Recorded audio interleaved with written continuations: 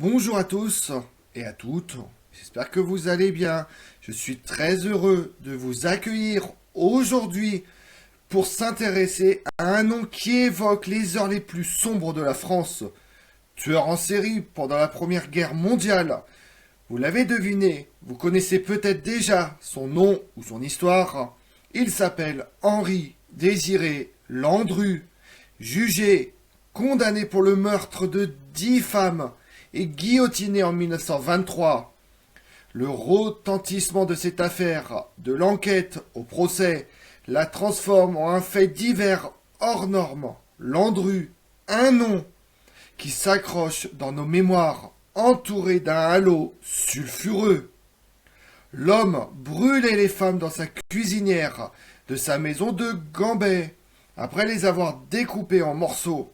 L'homme à la verve spirituelle, qui n'avoua jamais jusqu'au cœur d'un procès retentissant, et qui demeure par ce fait même entouré de quelques mystères. Vous voulez en savoir plus sur le tueur de Gambais? Venez avec moi. Le procès d'Henri Désiré Landru, on ne le sait pas assez, a fait progresser la science. Vous allez me dire, mais comment? Eh bien voici la réponse.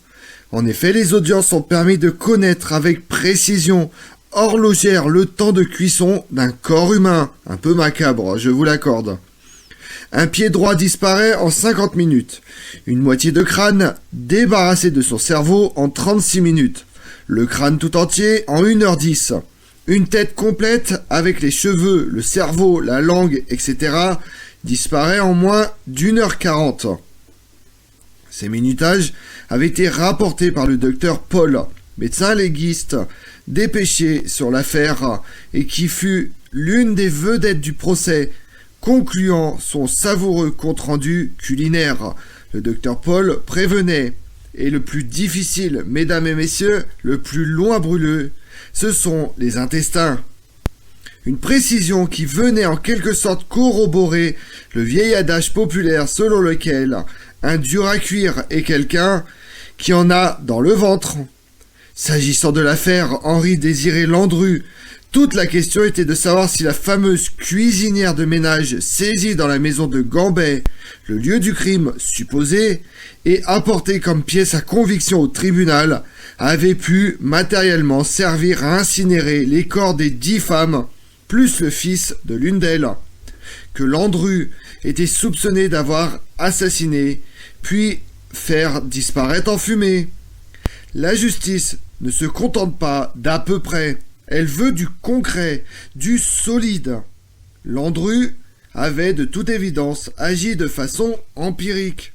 C'était en quelque sorte le Ginette Mayotte de la cuisine post-mortem.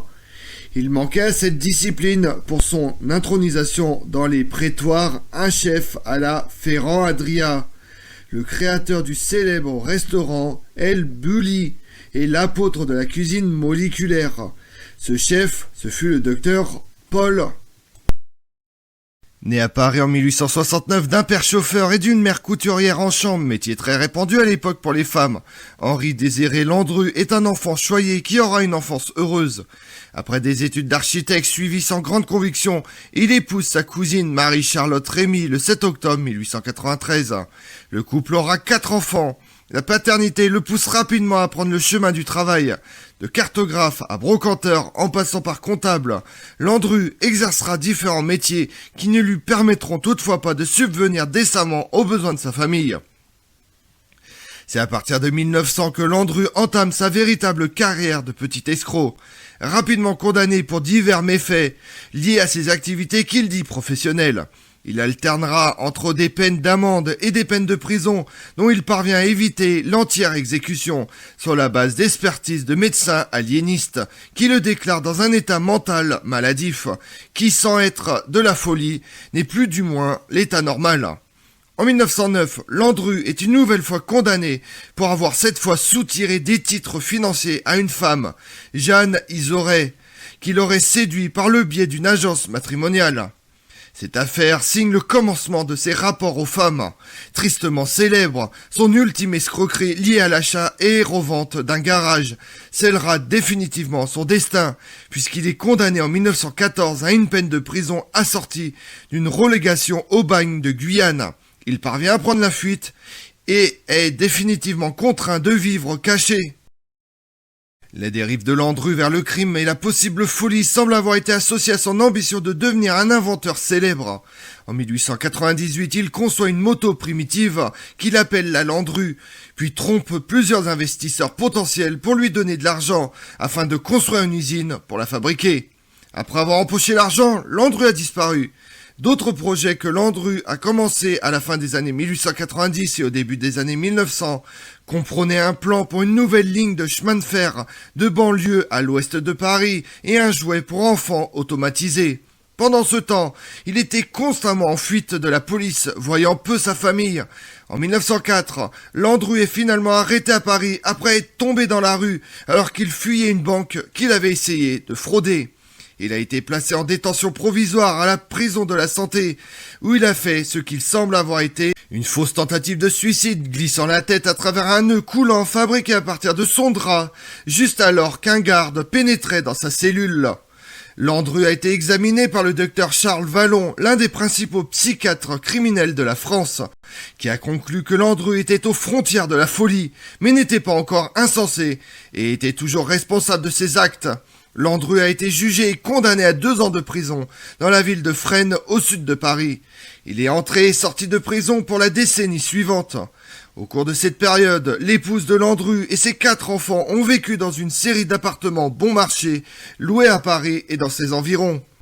En 1909, Henri-Désiré Landru tente de séduire une veuve aisée dans la ville de Lille en se faisant passer pour un riche homme d'affaires, la persuadant de remettre ses économies dans un contrat prénuptial.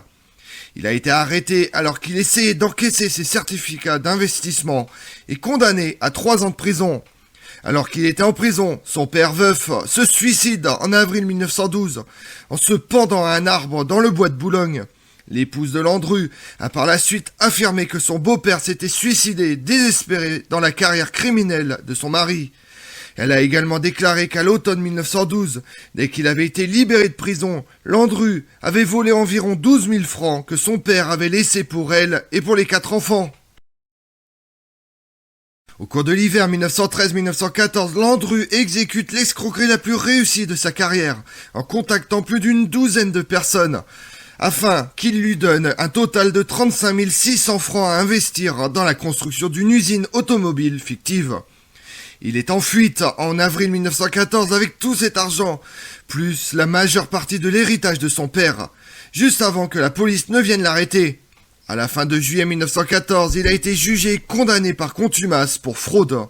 Compte tenu de ses condamnations antérieures, le tribunal a condamné Landru à 4 années de travail, suivi de l'exil à vie sur l'île française de Nouvelle-Calédonie. Landru s'est enfui vers un village près de la ville de Chantilly à 50 km au nord de Paris, en compagnie de Jeanne Cuchette, une jolie parisienne de 39 ans, veuve en 1909.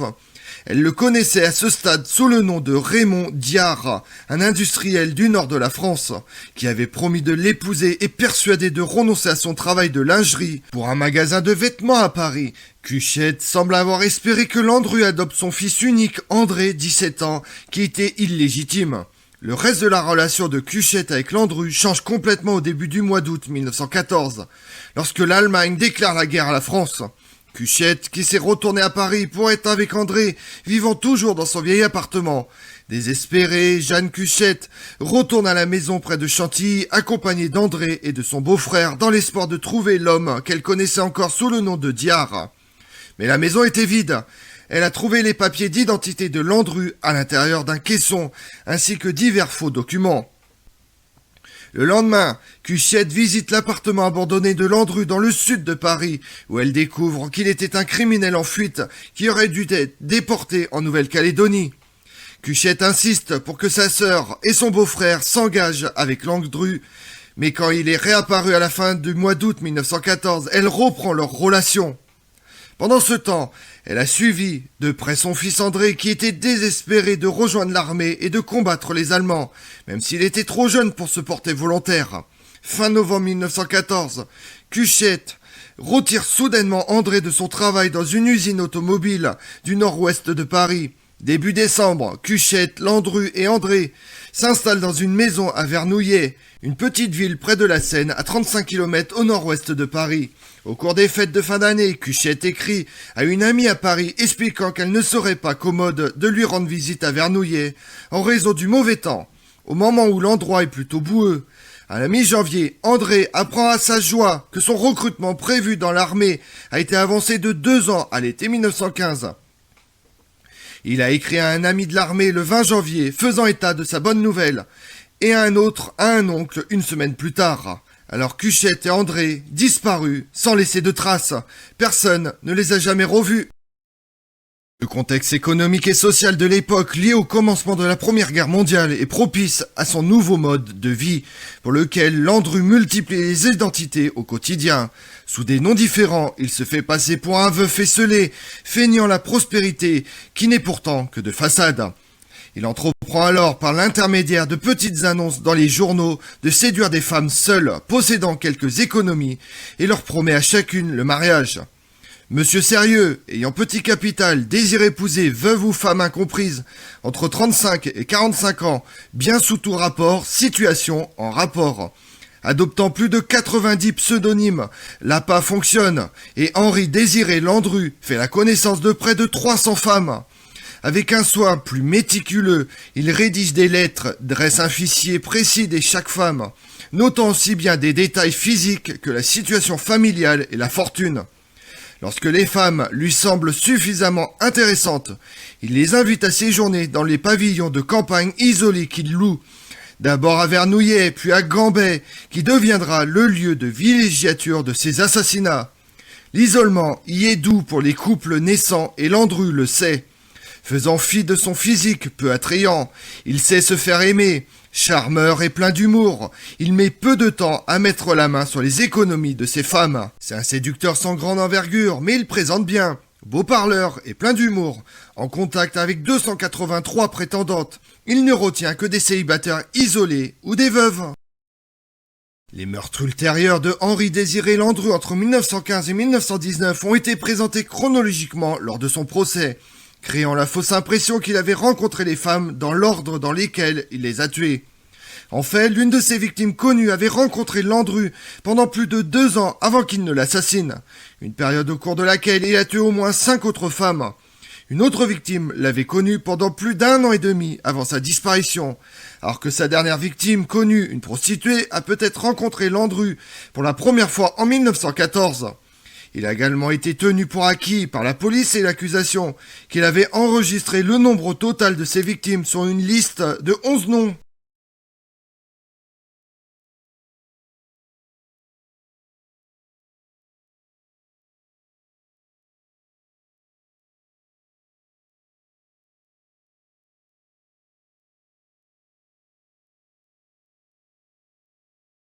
Et nom de code qu'il avait écrit au dos d'un petit carnet noir, découvert immédiatement après son arrestation. Cela est discutable pour plusieurs raisons. Landru n'a pas acquis le carnet en 1915, plus d'1 an après avoir rencontré Jeanne Cuchet, sa première victime. Il ne commence pas à tenir des notes détaillées dans le carnet avant l'été 1916. Et même alors, les déclarations de divers témoins prouvent sans aucun doute que Landru n'a pas enregistré toutes ses rencontres planifiées et impromptues avec des femmes dans les dernières années de la guerre. Landru a affirmé lors de son procès que la liste était simplement un aide-mémoire pour lui rappeler les clients auxquels il avait acheté des meubles en tant que marchand d'occasion. Il mentait certainement, mais sur la base des témoignages et des preuves médico-légales, il est presque certain que d'autres victimes inconnues n'ont pas été enregistrées par Landru sur la liste. Les 9 victimes connues de Landru, après Jeanne et André Cuchet, vivent toutes à Paris. Par ordre de la date présumée de leur meurtre, ils étaient les suivants. Thérèse Laborde Line, 46 ans, Vernouillet, juin 1915. Née en Argentine, Thérèse Laborde Line était une veuve divorcée et au chômage qui s'est séparée de son fils unique. Elle rencontre Landru soit par le biais d'une publicité solitaire qu'il a placée le 1er mai 1915 dans le journal de masse quotidien ou par un avis postulant pour un poste de compagne de dame qu'il a placé dans un autre journal. Marie-Angélique Guillien, 52 ans, Vernouillet, août 1915. Elle était veuve, femme de ménage à la retraite, vivant près de la gare de Lyon de Paris, qui avait hérité d'une somme substantielle de son dernier employeur. Guillien répond à la publicité solitaire de Landru du 1er mai 1915 et croit son histoire sur le fait d'être le prochain consul général d'Australie, ayant besoin d'une épouse pour accueillir des réceptions diplomatiques. Berthe Héon, 55 ans, Gambais, décembre 1915, originaire du Havre, a subi de multiples deuils, perdant à son tour son mari, son amant de longue durée, ses 2 enfants légitimes et sa fille légitime. Elle rencontre Henri-Désiré Landru à l'été 1915, probablement via une deuxième publicité qu'il a placée dans le journal. Se présentant comme un homme d'affaires, Landru prétend qu'il était à la recherche d'une femme pour se joindre à lui dans la jolie colonie de la Tunisie. Annal Colombe, 44 ans, Gambais, décembre 1916, veuve intelligente et attrayante qui travaillait comme dactylographe dans une compagnie d'assurance à Paris et avait eu une série d'amants depuis la mort de son mari alcoolique en faillite une décennie plus tôt. Sa motivation pour répondre à la publicité de Landru du 1er mai 1915 est probablement qu'elle voulait un beau-père pour sa jeune fille illégitime, qu'elle voulait placer sous la garde de religieuses en Italie. La petite fille n'a jamais été retrouvée par la police. André Babelet, 19 ans, Gambais, avril 1917, nounou et éventuelle prostituée que Landru a ramassé un soir en passant dans le métro de Paris. Babelet passait les 10 jours suivants à vivre avec Landru dans une pièce qu'il loua près de la gare du Nord de Paris, puis une nouvelle quinzaine à sa maison louée près de Gambais, où elle est vue par un directeur de chasse local qui apprend à faire du vélo. Célestine Buisson, 47 ans, Gambais, septembre 1917, est une autre femme qui a répondu à la publicité de Landru pour le 1er mai 1915 dans le journal. Née dans le sud-ouest de la France, Buisson était une veuve qui travaillait comme femme de ménage et se sentait seule après la mobilisation de son fils unique.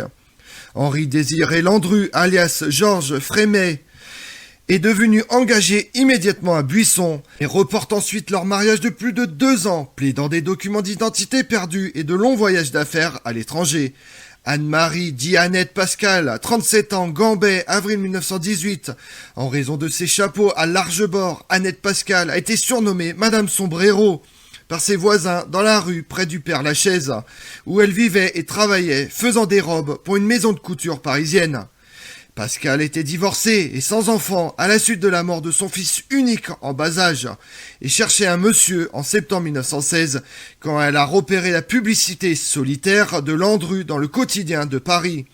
La presse, Marie-Thérèse Marchandier, 37 ans, Gambais, janvier 1919, née à Bordeaux, était une prostituée de carrière et une vue familière dans la rue à l'extérieur de son appartement sur la rue Saint-Jacques de Paris, où elle aimait se promener avec ses 2 chiens. Lors du procès de Landru, l'accusation affirme qu'il rencontre pour la première fois le marchandier lourdement endetté en octobre 1918, après qu'elle eut annoncé la vente de ses meubles. Des preuves circonstancielles suggèrent qu'il aurait pu se rencontrer plusieurs années plus tôt dans le port du Havre ou dans la ville de province de Beauvais. Henri-Désiré Landru a pu éviter la capture pendant la Première Guerre mondiale pour 3 raisons principales. L'une est la guerre elle-même, qui dénude la force de police civile de la France à mesure que des officiers d'âge militaire sont mobilisés et envoyés au front. À Vernouillet, où Landru loue sa première maison en décembre 1914 à août 1915, il n'y avait qu'un seul agent de police pour toute la ville. À Gambais, où Landru loue sa deuxième maison de décembre 1915 jusqu'à son arrestation, il y avait un agent de police au début de la classe des années 70, stationné dans le village, et un seul gendarme monté dans la ville de Marché de Houdan à 6,4 km. Deuxièmement, l'épouse de Landru et ses 4 enfants savent où ils se trouvent tout au long de la guerre, mais le protègent de la police.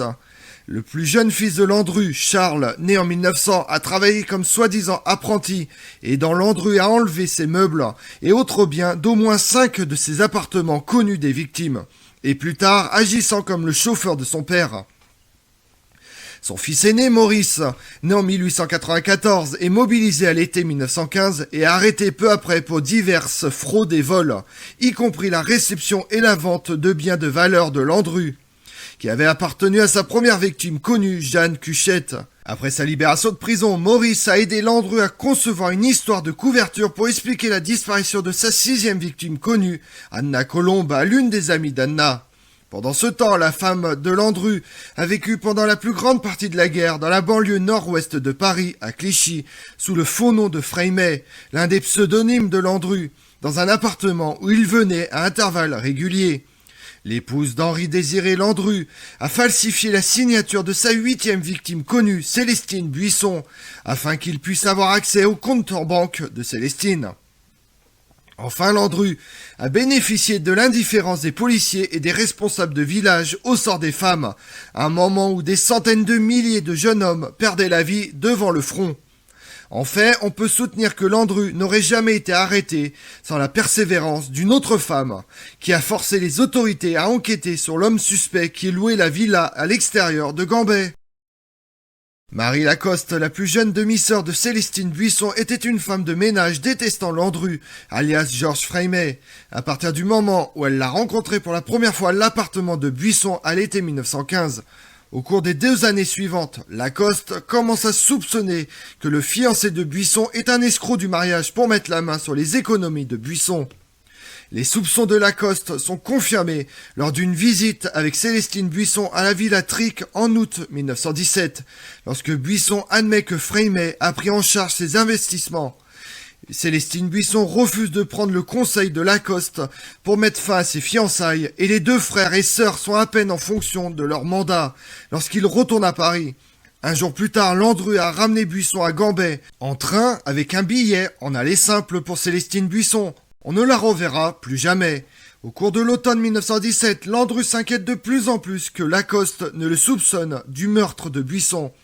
Il tente de rassurer Lacoste que sa demi-sœur est encore en vie en lui envoyant 2 fausses cartes postales de Gambet prétendument signées par Célestine.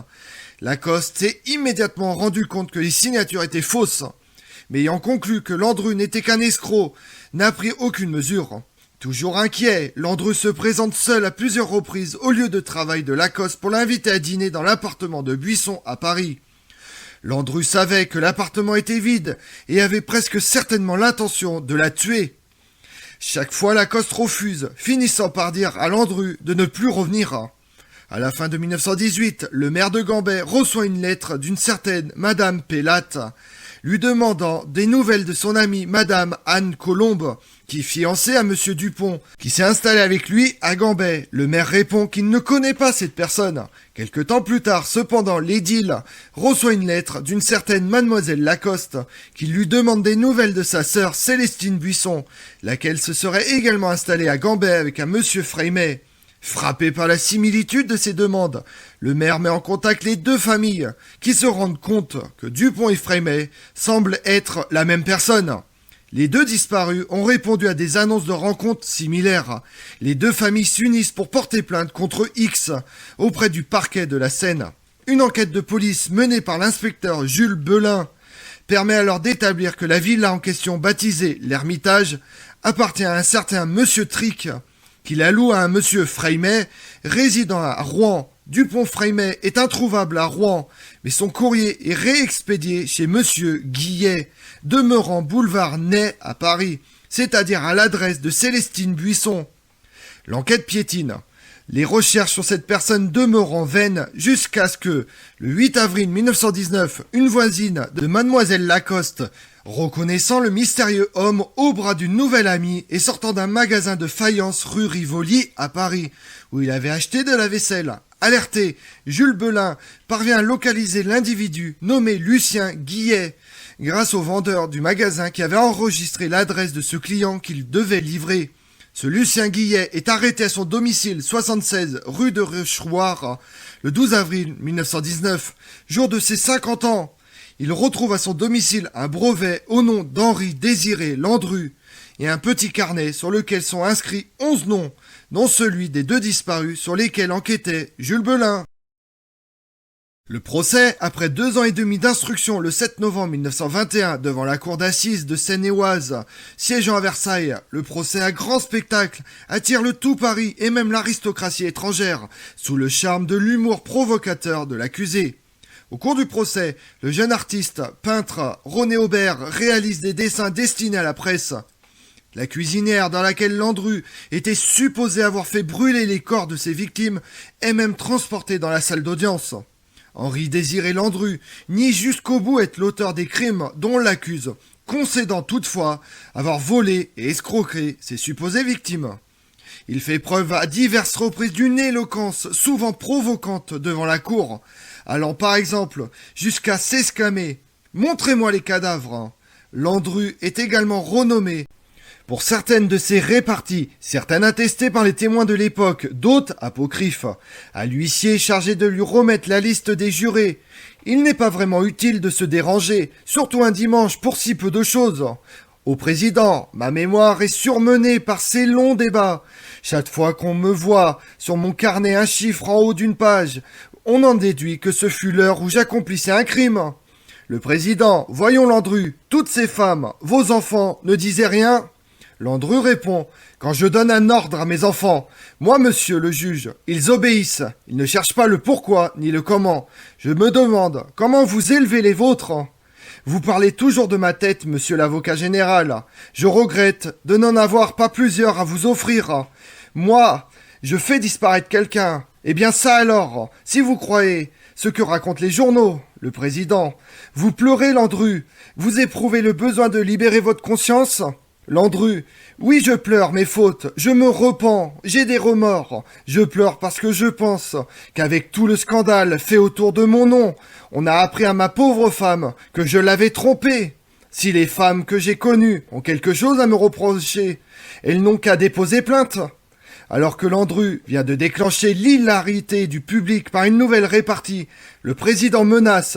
Si les rires continuent, je vais demander à chacun de rentrer chez soi. Ce que Landru réplique, pour mon compte, monsieur le président, ce n'est pas de refus. Son avocat, Vincent Moreau-Graffieri, le défend en mettant en place une scène qui eut lieu pendant sa plaidoirie. Il affirme que des victimes avaient été retrouvées et allaient venir se présenter devant la cour d'assises. Le public et les jurés tournent tous la tête vers la porte à leur désigner et après avoir laissé planer le suspense, souligna le fait que tous ceux qui avaient tourné la tête vers la sortie avaient ainsi démontré leur manque de conviction concernant la réalité des assassinats imputés à son client, mettant en évidence l'absence de preuves formelles contre Landru, faute de cadavres retrouvés. L'avocat général rétorque que Landru, lui, n'avait pas tourné la tête vers la porte. Mais face à une série de témoignages accablants et un faisceau de présomptions convaincantes, les jurés déclarent Henri Désiré Landru coupable de 11 meurtres et le condamnent à la peine de mort par guillotine le 30 novembre 1921. Le président de la République rejette le 24 février suivant le recours en grâce déposé par Landru. Alors qu'on vient chercher Landru à sa cellule à 5h25 du matin pour le conduire à l'échafaud, l'aumônier se serait approché et lui aurait demandé « Mon fils, croyez-vous en Dieu ?» Landru lui aurait répondu « Monsieur le curé, je vais mourir, et vous jouez aux devinettes ?» Landru est guillotiné à l'entrée de la prison de Versailles à l'aube du 25 février 1922 par le bourreau qui note dans son carnet 6h10, temps clair.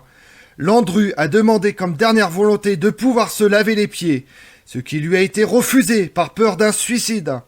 Peu avant son exécution, alors qu'on lui propose un verre de rhum et une dernière cigarette, Henri Désiré Landru décline l'offre et répond « Ce n'est pas bon pour la santé ». À son avocat, qui avant son exécution lui demande s'il avouait avoir assassiné ses femmes, Landru répond « Cela, maître, c'est mon petit secret ». Il fut enterré dans la partie réservée aux condamnés à mort du cimetière de Gonard à Versailles. Sa famille prend en charge l'inhumation et la mise en place de sa tombe, surmontée d'une simple croix en bois, mentionnant les seuls prénoms Henri Désiré comme requis par la loi pour tout supplicié. La concession ne fut plus redemandée par la famille au terme des 5 ans, fin octobre 1927, et la tombe fut dépouillée de ses ornements. Landru est toujours inhumé dans le même cimetière, mais rien n'indique l'emplacement de sa tombe, comme de nombreuses autres tombes de condamnés inhumés en ce cimetière. De son incarcération en 1919 jusqu'à son exécution en 1922, il aurait reçu plus de 4000 lettres d'admiratrices, dont 800 demandant mariage. Comme on l'a vu, l'ombre d'un tueur en série plane sur la France. Henri Désiré Landru, surnommé Barbe Bleue ou le tueur de Gambais, a été condamné à mort en 1923 après avoir été reconnu coupable des assassinats de 10 ou 11 femmes qu'il aurait brûlées dans son four et dont les corps n'ont jamais été retrouvés. L'homme qui a tiré ses victimes des veuves de la Première Guerre mondiale en publiant des petites annonces matrimoniales dans les journaux est considéré comme le premier tueur en série français. Mais il a toujours nié les faits. Je vous remercie d'avoir suivi cette vidéo en ma compagnie. Si vous voulez connaître mes autres vidéos, retrouvez-moi sur ma chaîne YouTube Tout sur l'Histoire avec Damien, mais également sur les réseaux sociaux, Twitter et Instagram, Histoire Damien. Et pensez à liker, commenter et vous abonner. Je vous remercie à tous.